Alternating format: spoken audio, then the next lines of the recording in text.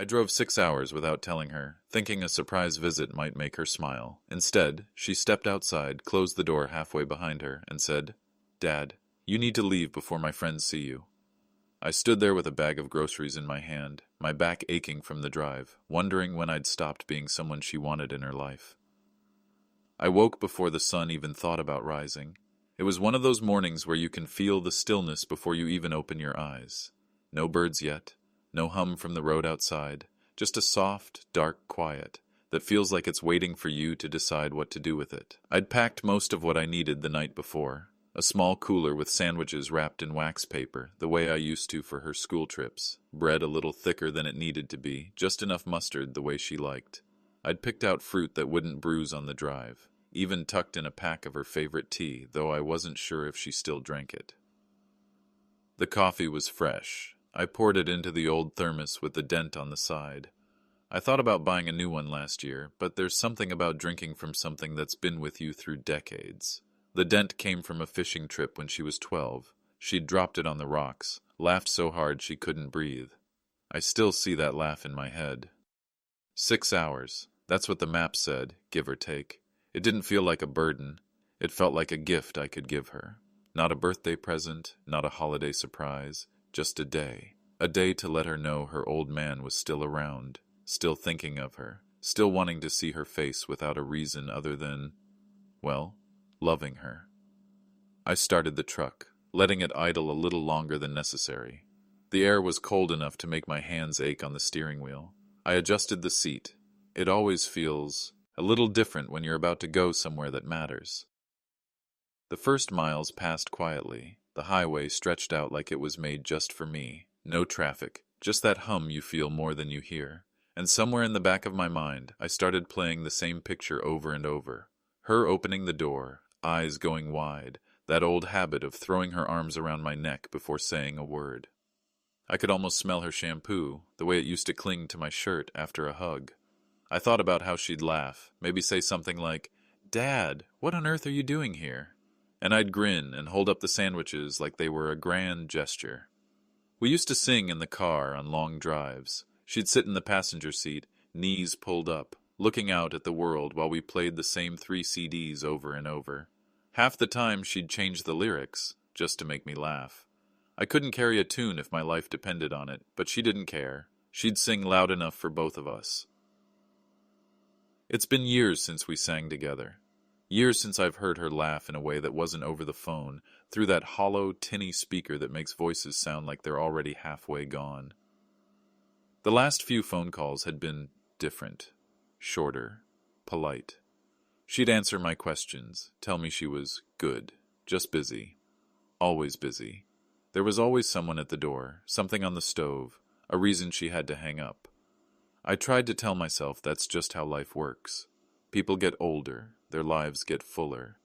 You can't expect the world to revolve around you forever. Still, I noticed the way she didn't ask me many questions anymore.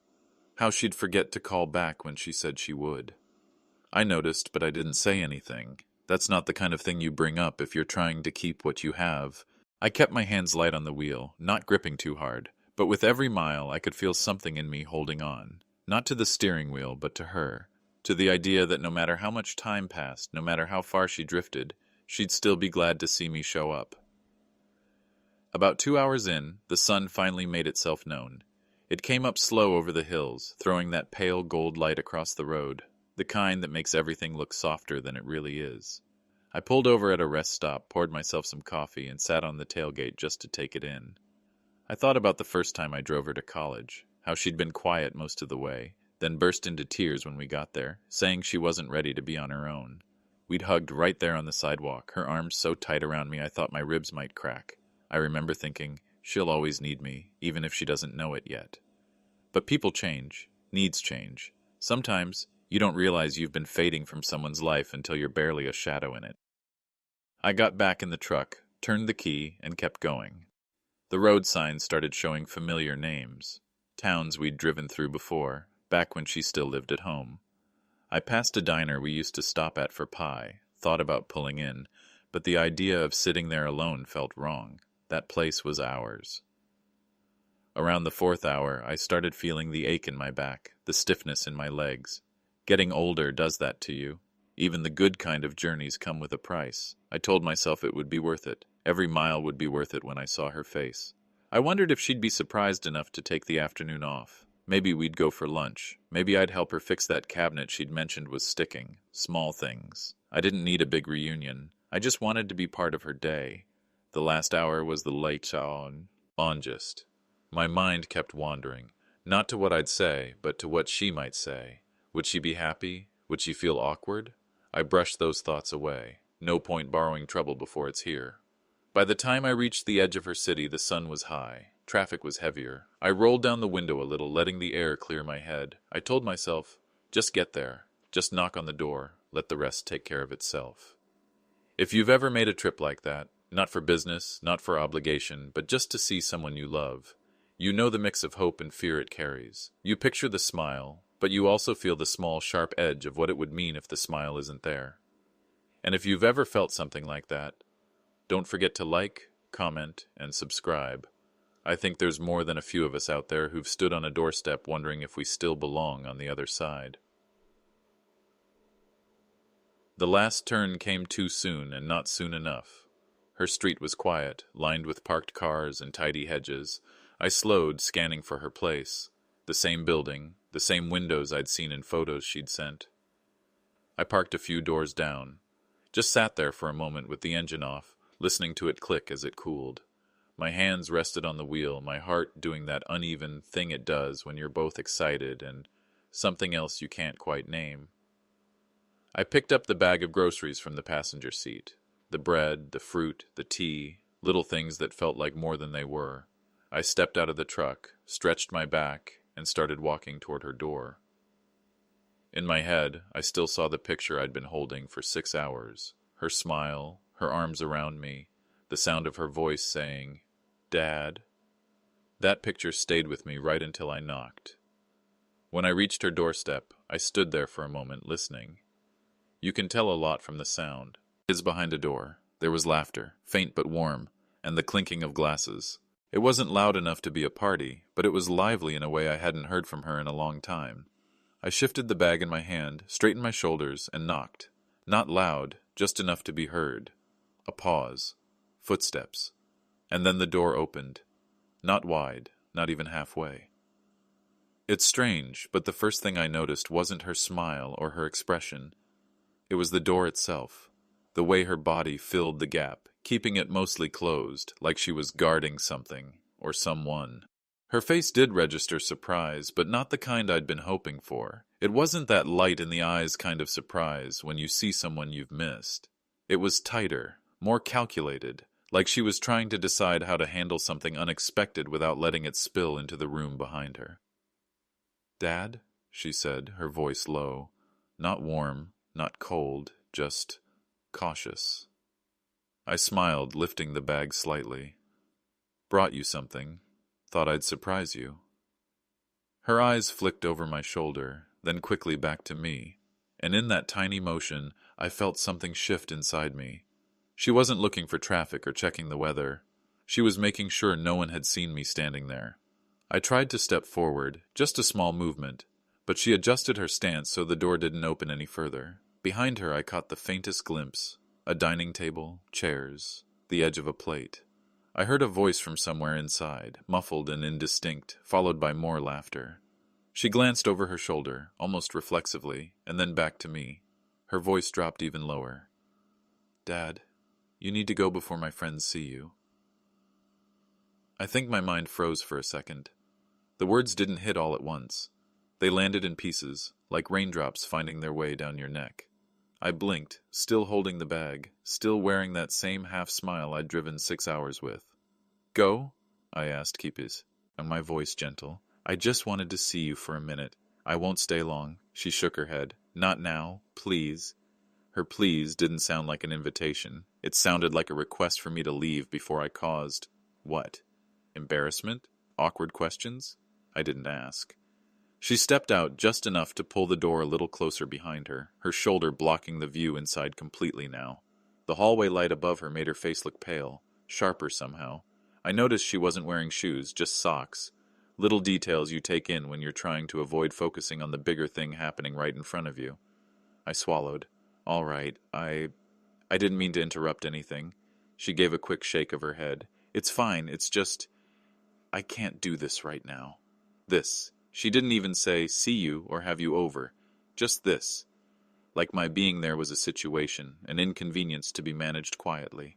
The bag in my hand felt heavier than it had when I left the truck. Bread, fruit, tea, all of it useless now. I wanted to ask who was inside. I wanted to know what made my presence something that needed to be hidden, but I also knew that any question would sound like an accusation, and I didn't want to be the father who came to her door only to make her defensive. So instead, I said nothing. We just stood there, the two of us, with a door between us that wasn't fully open and never would be in that moment. She glanced back again, and I realized she was waiting for me to take the first step away. So I did. I nodded once, forced my lips into something that might have passed for a smile, and said quietly, "Okay, I'll see you another time." "Yeah," she said. "Not I promise. Not soon. Just yeah." I turned and walked back toward the truck. Behind me the door closed. Not slammed, not even quickly. Just that soft click that somehow feels louder than anything else. I didn't look back until I was at the curb, and even then, the blinds were already drawn. I sat in the driver's seat for a while, not starting the engine. The bag sat beside me, the bread already bending under its own weight. Through the windshield, I could see the light in her living room glow faintly against the curtains. It's a strange thing, realizing you've been made into a part of someone's life they'd rather keep out of sight. It doesn't come with shouting or accusations. It just arrives quietly, like a shadow in the doorway. And you understand, without needing it explained. The drive here had been filled with little rehearsals, imagining her excitement, the hug, the laughter. Now all I could hear was her voice, low and careful. "You need to go before my friends see you." I turned the key, the truck rumbling to life, but I didn't put it in gear yet. I just sat there, letting the engine idle, while my thoughts tried to catch up with what had just happened. I wasn't angry, not yet. What I felt was hollow, like something inside me had been scooped out, leaving space where there used to be weight. You raise someone. You feed them, you stay up late when they're sick, you drive them to every practice, every rehearsal, and you think, maybe foolishly, that those things form a kind of permanence, that no matter how far apart you drift, there will always be a welcome waiting for you at their door. But doors can stay half closed, and sometimes they do. I backed out slowly, the tires crunching on the gravel. Part of me wanted to drive just far enough to be out of sight, park, and wait until her guests left. I wanted to knock again when the laughter was gone, when the house was quiet, and ask her, face to face, what was really going on. But another part of me, the part that had been stung too many times before, told me not to, told me to leave while I still had something in me besides bitterness. If you've ever stood in front of someone you love and realized they were looking at you as if you were inconvenient, maybe you know this feeling. And if you do, then you know why I didn't go back. I drove without looking at the GPS. Didn't care where I stopped next, as long as it was far enough that I couldn't still see her street in my rearview mirror. The sun had already shifted lower, the light losing its warmth. The bag on the seat beside me shifted as I turned a corner. I reached over, pulled out the thermos of coffee, and took a sip. It was still warm, but it tasted different now. It's strange how in the span of a few minutes, a whole trip can change meaning. On the way there, every mile had been a step toward her. On the way back, every mile felt like a step away from a place I might never fully be welcome in again.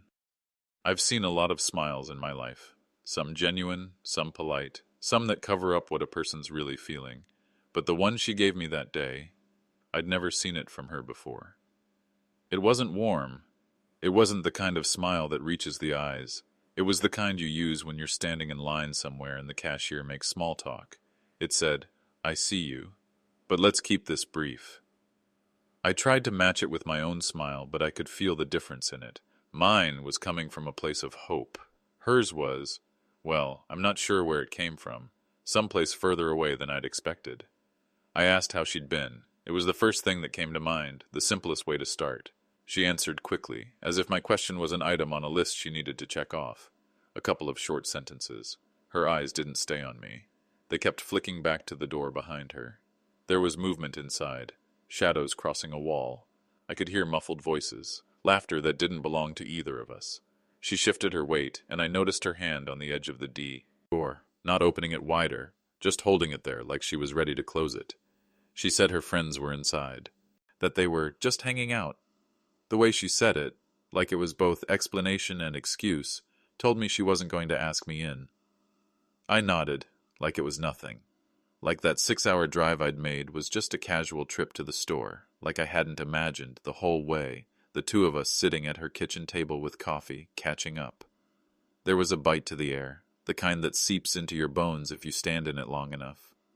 I shifted the bag in my hand, sandwiches, still warm from the thermos, and a couple of things I knew she liked.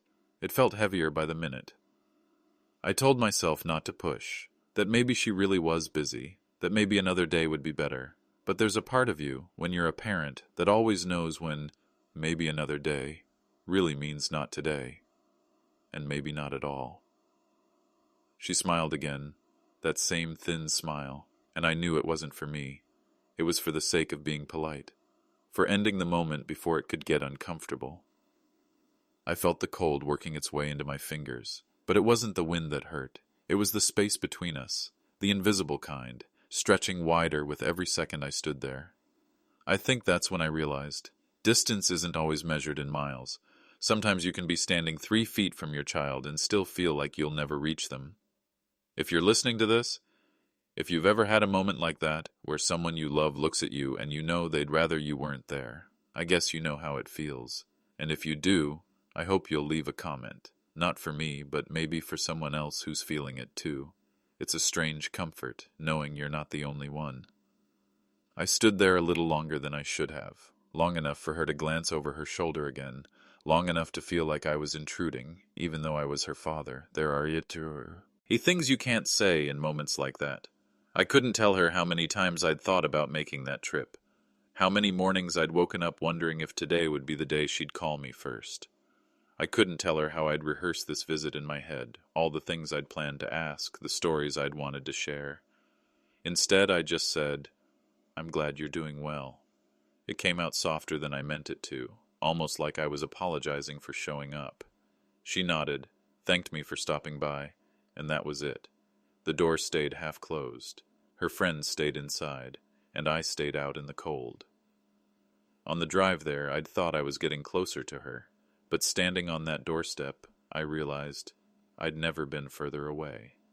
I walked back to my truck slower than I needed to, not because I was tired, but because I wasn't ready to turn my back on her, even with her standing behind that door, even knowing I wasn't welcome in that moment. Part of me kept hoping she'd call after me, that she'd change her mind, that I'd hear the door swing open and her voice saying, "Wait, Dad, come in for a minute." But it didn't happen, and I think I knew, deep down, it wasn't going to. I don't know why my eyes went there first. Not to her face, not to the space between us, but through that small crack in the door, past her shoulder. I caught sight of a table. It wasn't much of a view, just the corner of it, really. A wooden edge, a couple of plates, glasses catching the light. There were voices, laughter, the kind that's comfortable, warm, already in full swing. I couldn't see who they belonged to, just shadows moving, hands reaching for something, a flash of silver as someone passed a dish. I suppose I shouldn't have looked. It wasn't my place, but I did. And it was like looking through a window into a life that used to be mine. When her mother passed, those nights were what kept us both breathing. We didn't say it out loud, we were both too busy trying to be strong for the other, but dinner was our anchor. It didn't matter if it was store-bought pasta or eggs and toast. We made a point of sitting down together. We'd set the table, just the two of us. She liked to fold the napkins into little triangles, even when it was just soup and bread. We'd talk until the food went cold. She'd tell me about school, her friends, some show she liked, and I'd listen, ask questions, pretend to be surprised at things I'd already heard just so she could tell them again. I never once thought those nights would end. Not really. Now here I was, standing outside her door, and there was another table, full plates, full glasses, and me, not even in the room. She said something about her friends being inside, about them just hanging out. Her voice was casual, like it was a small detail, but my chest heard it like a closing lock. I knew what it meant. It wasn't just that I hadn't been invited tonight. It was that this table, this life, had been set without me in mind at all. I stood there, holding my bag, pretending the cold wasn't creeping into my bones. She kept glancing back inside, like she was worried someone would see me, and I thought about all the times I used to glance back for her, at school gates, at the edge of a sports field, in a crowd, always making sure she could see me there, always making sure she knew I'd come. It's strange, the little details that stick in your throat. I couldn't tell you what color shirt she was wearing that night, but I can tell you that the plates on that table were white, with a thin blue rim. I can tell you there were bread rolls in a basket, and a bottle of wine already open. I can tell you the sound of the laughter didn't stop when I arrived. It just kept going, rolling over me like I wasn't even on the doorstep. Here was a time, not that long ago really, when she would have run to get me, when she would have pulled me in and said, "Dad, you've got to meet everyone," when my presence would have been something she was proud of, not something to tuck away. And I stood there thinking, maybe this is how it happens, not all at once, not with a big fight or a clear ending, but little by little, the plates get set for others, the chairs fill up, and before you even know there's a party, the table is already full, and there's no space for you. If you're still listening to me at this point, thank you. I know it's not the kind of story that makes people feel light or cheerful, but if it sounds familiar to you, if you've ever felt yourself quietly moved to the edges of someone you love, I'd appreciate it if you'd like this video, maybe leave a comment or subscribe. Sometimes just knowing we're not the only ones is enough to keep us steady. I don't know how long I stood there. It could have been seconds. It could have been longer. When you're trying to make sense of something that hurts, time doesn't really behave. I thought about the first time I ever taught her to set a table. She was 5. We were having grilled cheese and tomato soup, and she wanted to make it fancy. She put the forks on the wrong side, and I told her it didn't matter, because it didn't. It was the act that mattered, the care. I think about that now, about how setting a table is really just another way of saying, you belong here. But the truth was, I didn't belong there anymore, and she knew it. That's why the door stayed half closed. That's why her body was angled just so, to block the view. That's why she kept her voice low, almost apologetic, but not quite. She didn't want me to see too much, but I'd already seen enough. I wanted to ask, not in an accusing way, just honestly, oui, yes. And that change happened. When did the table stop being ours? When did I move from the center of her world to just a figure on the doorstep? But I couldn't ask. The words would have been too heavy, and I didn't want her to feel cornered. I've never wanted to be a burden, even now. She said, "I'll call you later." And I nodded, even though we both knew she wouldn't. Not tonight, maybe not for a while. There's always something that comes up, some reason why later never quite arrives.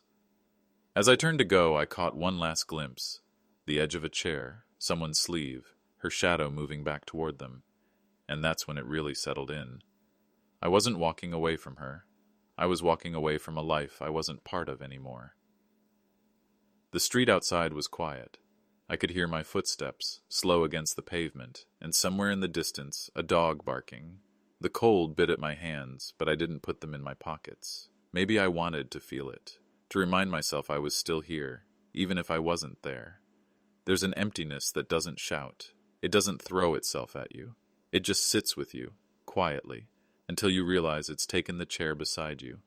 And once you notice, it's hard to remember a time when it wasn't there. I drove home with the radio off. The roads were empty, just a stretch of black and the soft hum of the engine. And I kept seeing that table in my head, not because it was special, but because I knew it was now the place where she belonged, and I wasn't part of it. People talk about losing someone as if it's a single moment, a single event, but I think sometimes you lose them piece by piece. A dinner missed here, a call unanswered there, until one day the door opens just enough for you to see the place where you used to sit is taken. I didn't drive far that night, 10 minutes, maybe 15, before I saw the first flicker of red neon cutting through the dark. It wasn't the kind of place you stay by choice. It was the kind of place that's there when you have nowhere else to go. I pulled in anyway. The sign buzzed faintly. Vacancy in letters that were missing their edges, some tubes dimmer than others. I parked under a flickering street lamp, the kind that hums like it's thinking too hard. The air was colder out there than it had been on her porch, or maybe it just felt that way. I went inside, asked for a room. The clerk barely looked up from his magazine. I slid my card across the counter, signed my name where he pointed. No small talk, no questions. Just the key, a real metal key, heavy in my hand. The room was what I expected. Beige walls, thin carpet, a bedspread with a pattern that had probably been new in the early 90s. The pillows looked stiff, like they'd never quite learned how to be soft. There was a small desk pushed against the wall, and I set the grocery bag down there. Bread, fruit, her favorite tea. I'd thought about each item when I picked it up earlier that day. The bread she liked toasted with a little butter. The fruit I used to cut for her when she was too tired from school to do it herself. And that tea, peppermint, the exact brand her mother used to keep in the cupboard. She'd once told me it reminded her of home. But there, in that room, under the hum of an old air conditioner, those things didn't look like care anymore. They looked like mistakes, like proof I hadn't understood the day at all. I sat down on the edge of the bed and stared at the bag for a long time. I thought about turning around, driving back, knocking again. In my mind, I rehearsed it. She opens the door. I tell her I didn't mean to intrude, that I just wanted to give her these, that maybe we could sit for a few minutes just to talk. I imagine her smiling, letting me in, clearing a small space at that table for me. But I also imagined the other end, or version. The one where she opens the door and her eyes flick past me again, searching for an escape. Where her voice is polite but distant, like she's speaking to a stranger she doesn't have time for. I didn't want to be the kind of father who had to beg for a seat in his child's life. So I stayed in that room. I filled the dented metal kettle they kept by the sink and set it on the small hot plate. The water took its time, hissing quietly. I dropped the tea bag into one of those paper-wrapped mugs and poured the water over it. The steam rose up, warm against my face. I held it close for a moment before taking a sip. It tasted the same as it always had. Peppermint, a little sharp, a little sweet. But it didn't warm me. Not in the way it used to. There's a kind of cold that isn't about the weather. It sits deeper, somewhere bones and blankets can't reach. That was the cold I felt sitting there, with a cup of tea in my hands, in a room that wasn't mine. I thought about all the nights we used to share tea together. After her mother passed, it had become our quiet ritual. No big conversations, sometimes none at all. Just the comfort of knowing we were sitting in the same space, letting the steam rise between us. Now she was in a warm house, with a table full of friends, and I was in a motel, drinking the same tea alone. I wondered if she'd even notice the groceries weren't in her fridge, if she'd see the empty spot in my car where the bag had been, if she'd think about me at all that night. I didn't blame her. At least, that's what I told myself. It's easy to tell yourself stories when you're sitting in a strange bed, staring at wallpaper that doesn't belong to you. I told myself she was just busy, that it wasn't personal, that maybe she didn't want to mix her worlds, her friends and her father. But then another voice, quieter, said maybe she'd already decided I wasn't part of her world anymore. That thought stayed with me longer than the tea stayed warm. I lay back on the bed staring at the ceiling. The light above buzzed faintly, and every now and then the heater would click on with a groan. I could hear a TV from the next room, muffled laughter from a sitcom I couldn't place. I thought about calling her, just to say goodnight, but the image of her glancing at the phone, letting it ring out, stopped me. I didn't want to know for sure. It's strange, the things you hold on to in moments like that.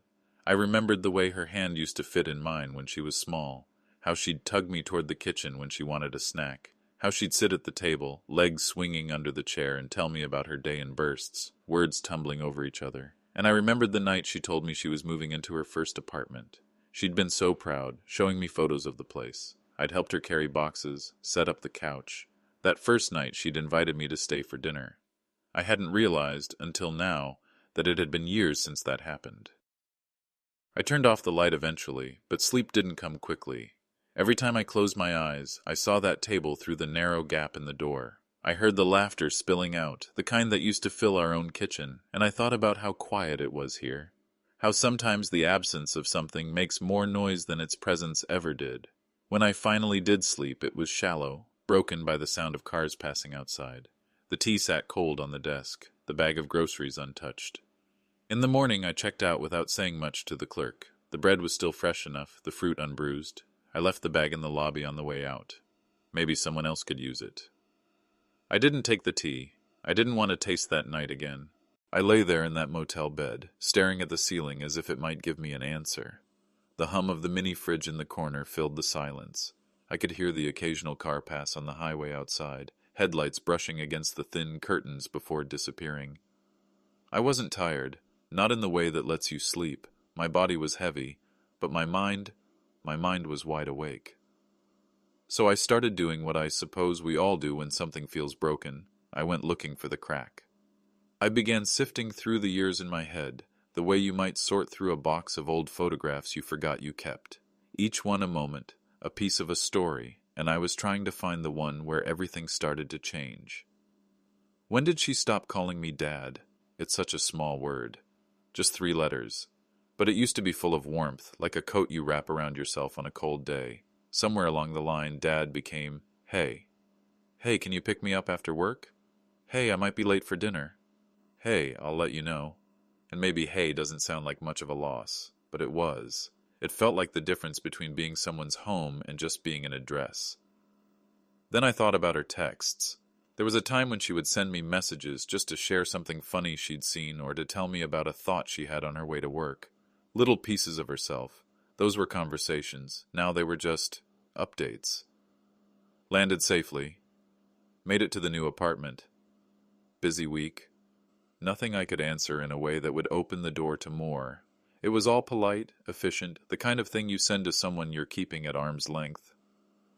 I kept going back further, to the days when she still lived under my roof. Birthdays came to mind. I remembered the one where I baked her cake myself. Lopsided, a little overcooked on the edges, but she laughed and said it was perfect. We sat at the table, just the 2 of us, her mother already gone by then, and we talked about nothing and everything. I thought that night, we're going to be okay. But somewhere after that, she started wanting smaller celebrations. Dinner out with friends instead of at home. A quick phone call instead of the whole evening. At first I told myself it was normal. Kids grow, they make their own circles. And that's true. But it was also the start of something I didn't see clearly at the time. I replayed graduations in my mind. I was proud. Of course I was proud. But I remembered standing in the crowd, watching her talk and laugh with her friends while I waited off to the side. I told myself she'd notice me any second, and she did. But the hug was quick, distracted. She was already looking past me, scanning for someone else. And then there were the arguments. Small things, never explosive, but they lingered like smoke in the air. We'd disagree about her choices. Not in a controlling way, just out of concern. I thought I was being reasonable. She thought I was being judgmental. And sometimes, when the tension got too much, we'd both stop talking about it rather than actually working it through. That's the problem with silence. It feels like a solution in the moment, but it builds walls brick by brick. It wasn't one fight. It wasn't one missed call. It wasn't one holiday spent apart. It was erosion. Quiet, steady, unstoppable. And the hardest part was that I couldn't find a single clear moment to blame. If there had been one day, one sharp cut, I could have pointed to it and said, there. That's when I lost her. But it didn't happen like that. It was more like the shoreline. You visit year after year and think it looks the same, until one day you realize the water has taken whole feet of sand and you don't remember when it happened. Lying there, I wondered if I could have stopped it. If there were things I should have said or done differently. Should I have pushed harder when she started pulling away? Or would that have only made her run faster? I thought about the first time I noticed her avoiding eye contact during our conversations, how she'd check her phone when I spoke, as if waiting for a reason to leave. At the time, I told myself I was imagining it. I didn't want to see it for what it was. And I thought about the last time she asked me for advice. It was years ago. She was applying for a new job, unsure if she was ready. We sat at the kitchen table and I told her she was more than ready, that she was capable and smart and stronger than she knew. She smiled then, a real smile, and said, "Thanks, Dad." I can't remember another time after that when she came to me like that. Not once. It's strange, isn't it? You spend years being the center of someone's life, and then one day you're just not. And you don't even get a warning. I don't think she meant to hurt me. I truly don't. I think life just pulled her into her own world, and in that world I became a footnote. Not gone, not erased completely, just small. And maybe that's what stings the most. If she hated me, at least that would mean I mattered enough to feel something about. But indifference, that's colder than anger. The ceiling above me was just a plain white square, but I stared at it like it might give me an answer, like it might point to the page in our story where the tone changed. It didn't, of course. I wish I could tell you that I figured it out that night, that I had some revelation about how to fix things, but I didn't. All I had was the weight of knowing that somewhere, over the course of years, I'd gone from being her father to being just a man she happened to be related to. And the truth is, once that happens, I don't know how if you can ever go back. It was a few weeks before I saw her again, not because I hadn't thought about it, but because I didn't know what seeing her would do to me. The truth is, there's a kind of soreness that doesn't show on the outside, the kind that comes from being kept at arm's length by someone you once carried in your arms. Every day after that night at the motel, I kept finding her in my thoughts, not as the woman she is now, but as the little girl who used to come running toward me at the school gates, swinging her backpack like it weighed nothing. I'd see her face in those memories, and then I'd remember the closed door, the sound of my own hand dropping away from it. It was a strange kind of grief, because she was still here, still alive, still moving through the world, just not with me in it. Then one afternoon, I saw a post online, a photo of her smiling in front of a long table covered in baskets of food and handmade crafts. A caption about a charity fundraiser she was organizing. The location was only an hour away. I must have stared at that post for a good 10 minutes, not sure if I was going to close the page and move on, or open the map and figure out how to get there. I told myself I wouldn't go to see her. I'd go to see what she was doing. There's a difference. At least that's what I needed to believe. When the day came, I drove out early. It was one of those late autumn afternoons. Sunlight weak and thin, the air with that first bite of winter. The venue was a big hall behind a church with folding tables set up in neat rows. From the outside, I could already hear the hum of voices, the occasional burst of laughter. I walked in and kept to the edges. There was no reason for her to notice me. I wasn't there to interrupt. I wasn't there to make her feel cornered. From the back of the room, I could see her. She was wearing a light gray sweater and her hair was pulled back in a way I hadn't seen before. She looked confident, moving from table to table, greeting people like she belonged there completely. She'd lean in when someone spoke to her, laugh easily, touch a hand or a shoulder in that warm way she's always had. And I stood there watching my own daughter, my little girl, be that person, just not with me. It's a strange feeling being proud and broken at the same time. Proud that she's built something for herself, that she's giving her time and energy to help others. Broken because I've become a spectator. At one point she was up at the microphone, thanking everyone for coming, talking about how the funds would be used. Her voice was strong, sure of itself, and it hit me. This was her world now. A world where I wasn't needed to hold her steady, where I wasn't the first person she looked for in the crowd. I don't know how long I stayed. Maybe an hour. Long enough to see her laugh with an older couple, to see her hug a young girl who looked like she might have been one of the kids helped by the charity. Not once did she turn toward the back of the room. Not once did our eyes meet. And I realized, maybe that was for the best. Because if she had seen me, maybe she would have felt obligated to come over. And I don't want her to come to me out of obligation. I want her to come because she wants me there, because there's a seat for me at her table, one she set herself. As I walked out into the cold evening air, I thought about all the times I used to imagine our future. I always pictured it with us sitting across from each other, still talking, still sharing meals, still knowing each other's days in detail. But maybe my role isn't at her table anymore. Maybe my role, for now, is to be someone standing quietly in the back. Someone who keeps showing up in the only way he knows how. Someone who keeps hoping that one day she'll turn, see me there, and wave me over. I drove home in silence that night. No radio, no noise. Just the sound of the tires on the road, and the thought of her laughter still echoing in my mind. It's a small thing, I guess. But it's all I have. And for now, it has to be enough. If you've ever had to love someone from a distance, if you've ever had to stand in the shadows of their life just to catch a glimpse of them, then you understand. It's not about giving up. It's about holding on in a way that doesn't make them pull further away. If you know what that feels like, you're not alone. I don't remember why I was even in that part of town that day. Maybe it was habit. Maybe some part of me still circles back there without meaning to. I was driving slow, the kind of slow that makes other cars slip around you with irritation. I knew where I was. I knew I was close. And then, there it was. Her building. Same shade of brick. Same tiny balcony with the little potted plants she always liked, though I couldn't tell if they were hers anymore. I slowed to a crawl, just looking. My hands loosened on the steering wheel without me realizing it. For a second, my foot hovered over the brake. I thought about pulling over. I thought about walking up those steps and standing in front of her door. I'd done it before, more times than I'd like to admit, and every time, it ended the same way. Standing there, my hand almost knocking, my mind trying to guess what kind of welcome I'd get. A smile? A cold look? No answer at all?